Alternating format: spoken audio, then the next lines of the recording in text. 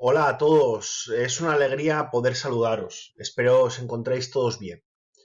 Aquí os presento el siguiente vídeo titulado 5 objetos para pensar la desigualdad de género.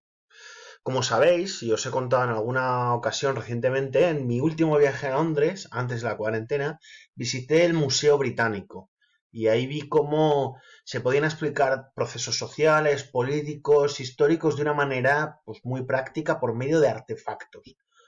Que estos artefactos no son otra cosa que objetos como vasijas, estatuas, tablillas de arcilla, libros, etcétera, etcétera.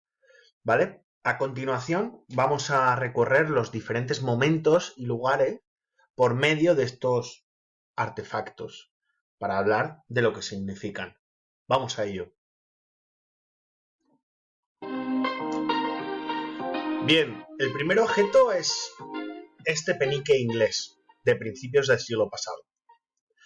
El penique, la moneda, muestra la efigie, la cara, del rey inglés Eduardo VIII con un estampado, si os dais cuenta, un resello que se llama, que lo han puesto por encima, que dice votos para la mujer, votes for women.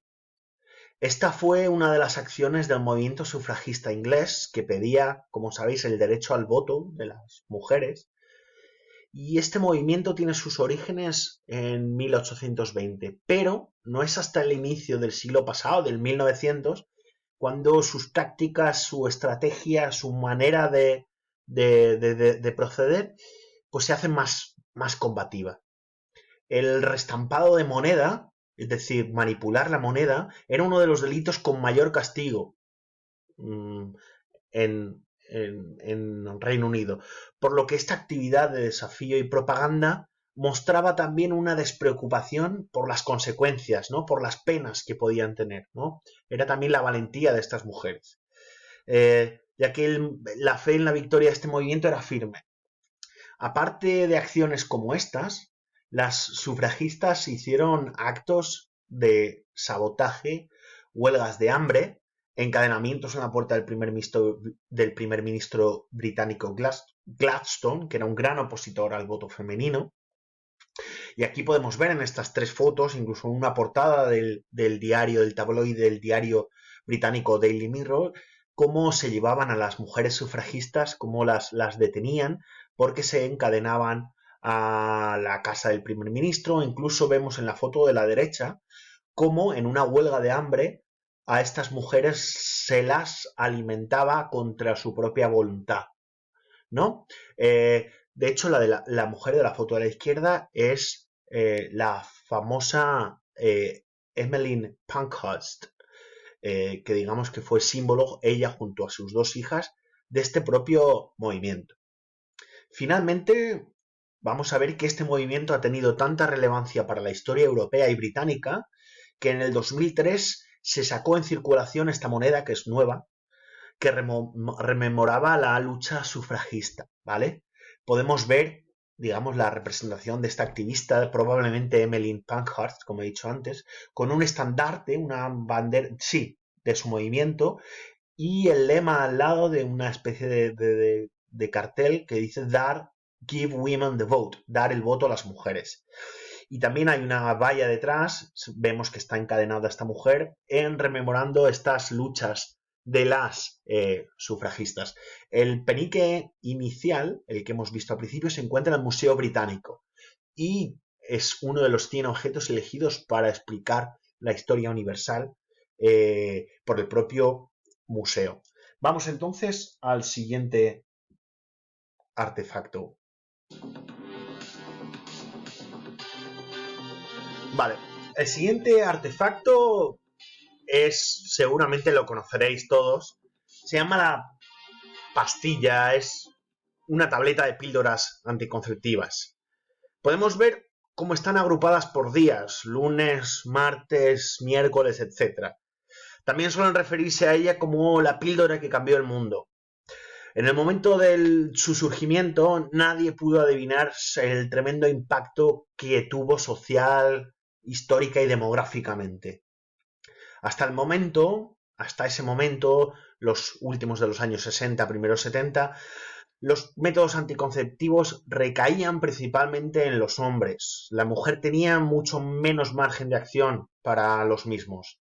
La píldora posibilitó a las mujeres poder planificar cuándo no querían tener hijos, y de esta manera se desligó el sexo del matrimonio.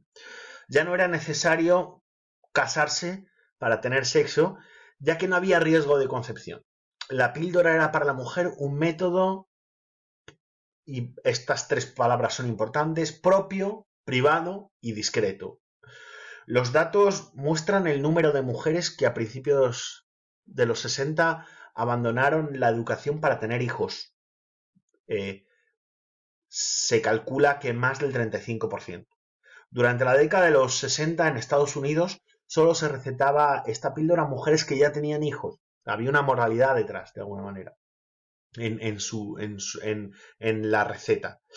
Después, esta receta se fue normalizando, sobre todo a partir de los 70, pero en España no se obtuvo, digamos, su liberalización, su receta libre, hasta venida la democracia en 1978. La economista Amalia Miller, en su estudio, ha llegado a afirmar que cada año que se retrasa la maternidad en la veintena, es decir, cuando las chicas tienen de 20 a 30 años, en términos monetarios, sus ganancias vitalicias aumentan un 10%. Digamos que aquí podemos encontrar una de las razones por las cuales la píldora anticonceptiva fue un éxito y ha tenido una repercusión histórica, ¿vale? Vamos entonces al siguiente artefacto.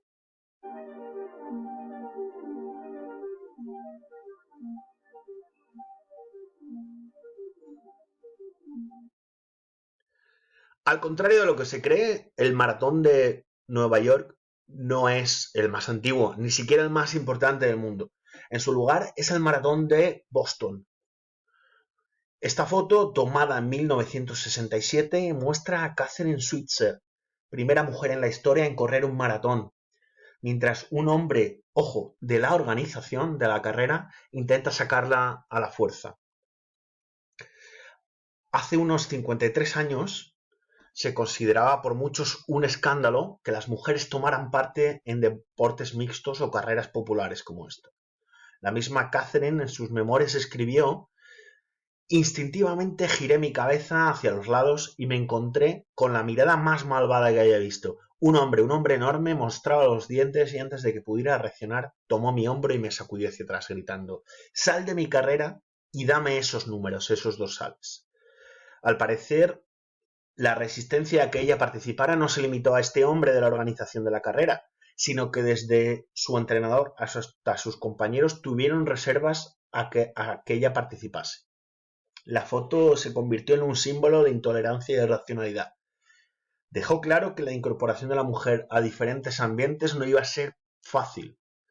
También hay que dejar claro que no es hasta 1972, es decir, 5 años después, cuando el maratón de Boston permitió la participación oficial de mujeres, ¿vale? Aquí vemos 50 años después a la gran Katherine Switzer, la misma aquí chica de la foto, aquí ya mujer, acabando el maratón 50 años después, el maratón de Boston, y todavía sigue corriendo y acabando maratones esta mujer. Es un referente digamos, de esta lucha, de la visibilidad y la participación de la mujer en eventos deportivos.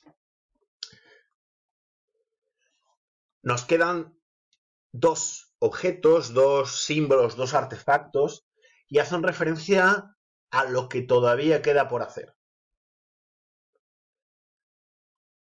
Bien. Comenzamos por el primero. Un lazo azul vuelto del revés. Vemos que es algo parecido a un pin o un broche. Este es el símbolo contra la mutilación genital femenina.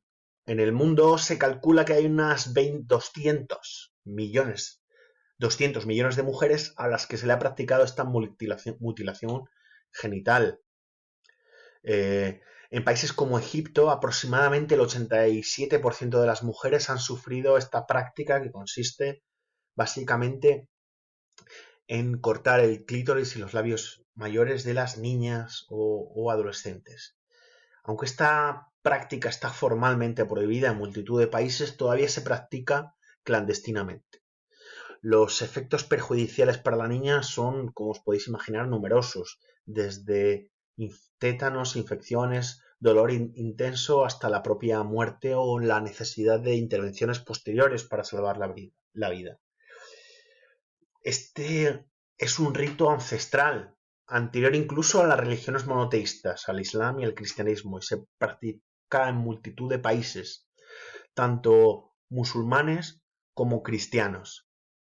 El rito muestra la iniciación a la edad adulta. Digamos que el propio lazo, volvemos al lazo, se asemeja a la palabra árabe no, eneo, ¿vale? Vemos aquí los países donde todavía se practica y, atención, el porcentaje de mujeres afectadas por esta mutilación genital femenina, ¿vale? Vemos el escándalo de países como el del Cuerno de África, como es Somalia, con el 98% de las mujeres sometidas a esta práctica, Etiopía un 74%, Sudán llega al 87% conjunto con Egipto, ¿vale? Una barbaridad. Vemos aquí la activista Waris Dirie, que fue modelo, es embajadora de las Naciones Unidas contra la mutilación genital femenina. Más tiene una historia curiosa, es sobrina del que fue embajador somalí en Londres, y cuando hubo la guerra civil en Somalia su tío tuvo que abandonar Londres y de ser sobrina del embajador pasó a ser homeless, a vivir en las calles. Es una historia muy curiosa, una historia de lucha. A ella misma le practicaron esta mutilación genital femenina y es una luchadora por esta causa, ¿vale? El símbolo como tal nace a iniciativa de varios doctores de diferentes hospitales del Cairo, Egipto, para ofrecerlo a los padres conjunto con un contrato para de alguna manera iniciar esta campaña, que sea una especie de orgullo, que a su hija, es decir, ser valedores de esta causa, ¿no? Del no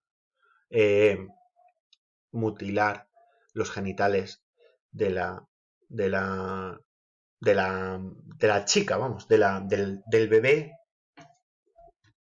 futura chica, ¿vale?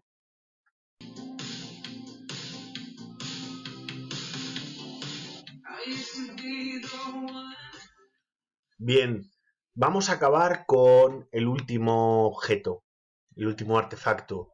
Como vemos, es una cuna. Nacer mujer en muchas partes del mundo condena al abandono o a la muerte o al propio infanticidio. Se calcula que nacer chica incrementa las posibilidades de ser abandonada, siendo bebé, un 100%. Es decir, si se nace chica, hay el doble por ciento de las posibilidades de ser abandonada. Esto sucede especialmente en países asiáticos y africanos, donde nacer mujer es una carga para la familia. En la India, de cada 17 bebés abandonados, 11 son chicas. Criar a una hija es como regar el huerto del vecino, reza un viejo dicho indio. Por lo tanto, este último objeto es una cuna. Esta es una de las 335 cunas de Abdul Sattar Edir, que es un filántropo, un activista pakistaní. Abdul ha dispuesto a lo largo y ancho de Pakistán estas 335 cunas, ya que estaba harto en su día de oír sobre niñas asesinadas y abandonadas en lugares insalubres. Por lo tanto, se decidió a poner estas cunas para que las chicas, fuesen abandonadas de una manera más digna y donde se les pudiese recoger. Obviamente